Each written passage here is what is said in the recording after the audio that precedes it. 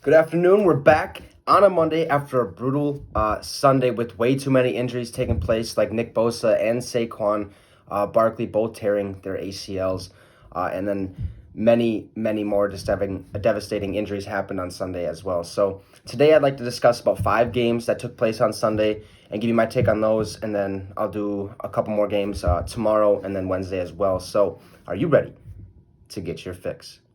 Well, let's start with the Minnesota Vikings taking on the Indianapolis Colts. Now, this was a super sloppy game for the Vikings as they looked just flat, non-existent almost. The Vikings defense is absolutely awful, and they need to figure something out or get a better defensive back who actually wants to play, because the guys they have now, they're just not cutting. They're just not cutting it. So, and plus they're really young and they're getting tested and they're losing. So Kirk Cousins, he also looked awful, as he only had 113 yards passing.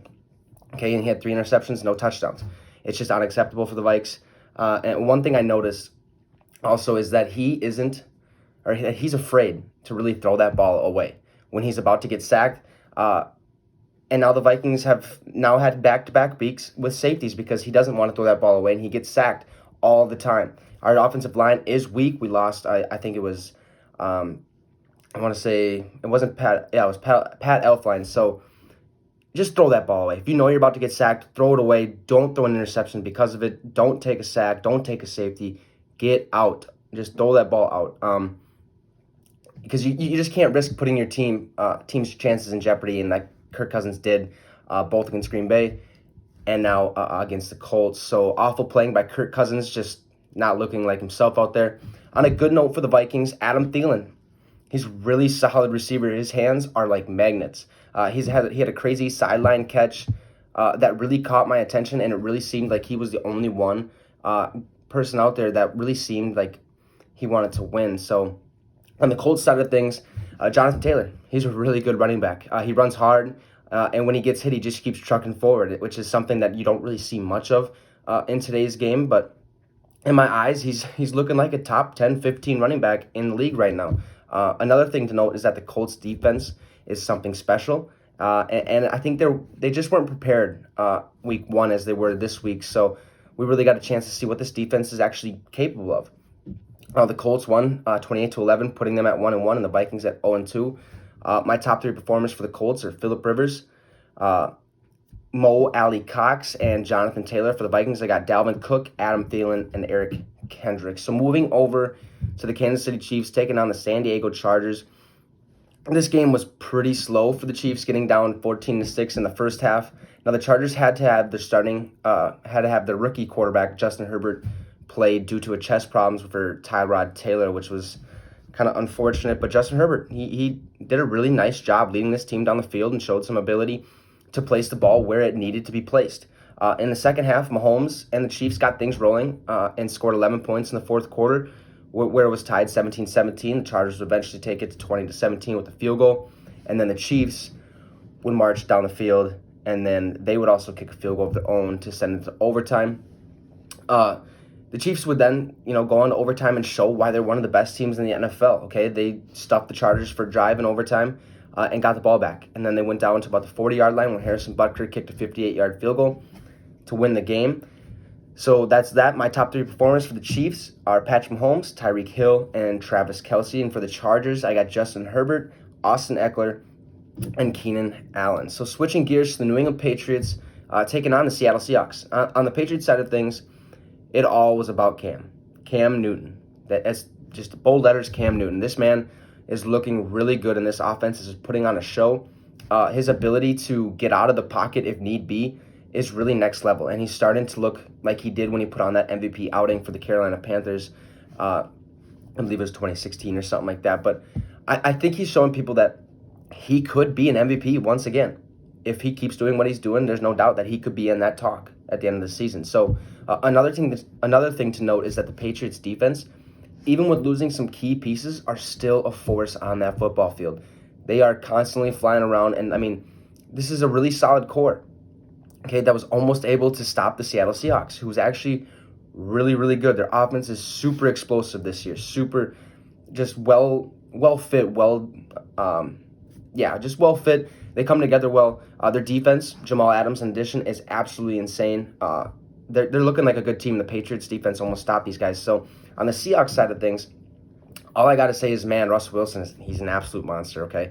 He has an amazing arm. He does whatever he needs to do to win, and last night he did so. So he's also looking, to me, he looks like a bigger Michael Vick on the field with his ability to scramble and just really pick apart defenses like Michael Vick once did. So he does have some speed, obviously, and he showed it during the game. He ran, I think, for like 50 yards or something like that. I don't think it was that much, but he ran. He had a couple runs, so his ability to scramble, his ability to throw the ball and put the ball in places it needs to be, it's next level. So Seattle would actually go on to win this game 35-30. New England did have a chance. They didn't capitalize, but, Seattle took it over. So my top 3 performers for the Patriots are Cam Newton, Julian Edelman, and then Devin McCourty. So for the Seattle Seahawks, I got Russell Wilson, DK Metcalf, and Chris Carson. So moving over to the New York Giants taking on the Chicago Bears. Now on the Giants side of things, boy, do they need some work. I mean, this offensive line is not good whatsoever, okay? They also took a devastating blow, like I said earlier, with losing Saquon Barkley to a torn ACL. However, though, I thought Deion Lewis stepped up nicely, in which I thought he ran hard. He showed that he hasn't really lost a step. He split snaps with, I can't remember the guy's name, the other running back anyways, but he stepped up in a big way. He came in and did what he had to do. The Giants defense also started off sluggish and needs to bring some energy, okay, that they have in the second half. They need to bring that same energy from that second half to that first half because they really need to get things going early on, and if they wait to do so, they're going to lose like they did here. For the Bears, it was nice to see them come out and score fast, taking a 17-0 lead in that first half. However, though, the second half, it was not as good as they let the Giants both sneak 13 points in there and almost take the game from the Bears. So, I mean, the Bears defense, they looked strong the first half but came out dead in the second half. David Montgomery for the Bears, another person to note, showed some really good vision and awareness in the backfield, as well as Cordero Patterson, who was actually not that bad of a running back. I mean, he brings a weird presence to that backfield. He's super tall. He's a wide receiver pretty much. So, but that speed is just next level. Cordero can get it done, and if you get him in open field, see you later because he's gone. Mitch Trubisky, I think he actually looked really, really good. He had some really nice throws during the game, so hopefully that continues to stay that way because Mitch Trubisky, if he throws the way he did, could be a very, very good quarterback in this league, but I think he's more hit and miss. I think I'm here sometimes and I'm not here sometimes. So my top 3 performers for the Giants are quarterback Daniel Jones, tight end Evan Ingram, and defensive back James Bradbury. For the Bears, I got David Montgomery, Khalil Mack, and then Mitchell Trubisky. So finally, let's get to the Atlanta Falcons taking on the Dallas Cowboys. Now, this game started really hot for the Falcons as they're up 20-0 at the end of the first, with their defense really coming out to play, I think forcing about 3 fumbles. This was just a huge struggle for the Cowboys as they just could not keep their hands on the ball. Zeke Elliott fumbled it twice or 3 times or something like that. So for the Falcons, the Calvin Ridley, he looked really solid. He had a really nice catch to put the Falcons on the board first, about a 22-yard touchdown catch, in which he showed that he has really good awareness and was able to put the ball on that pylon and score. So I think he's going to be a really, really good weapon for the Atlanta Falcons, as when Julio Jones is covered, you got Calvin Ridley, who really is pretty much the same player in my eyes. So during the second half, it seemed, though, as the Falcons thought the game was over, okay, and their defense kind of really just coasted, and you could tell that they weren't playing with the same kind of energy as they did to start the game. So that was kind of a bummer to see because, game's not over until that final seconds off the clock. So for the Cowboys, CeeDee Lamb, he showed signs of being a really good receiver as he was able to catch 6 passes for 106 receiving yards. So expect him to be a force in that wide receiver trio. One person in particular, though, was just phenomenal. Okay, that was Dak Prescott. He absolutely balled out in that second half and led the Cowboys to a 40-39 victory where they should have lost.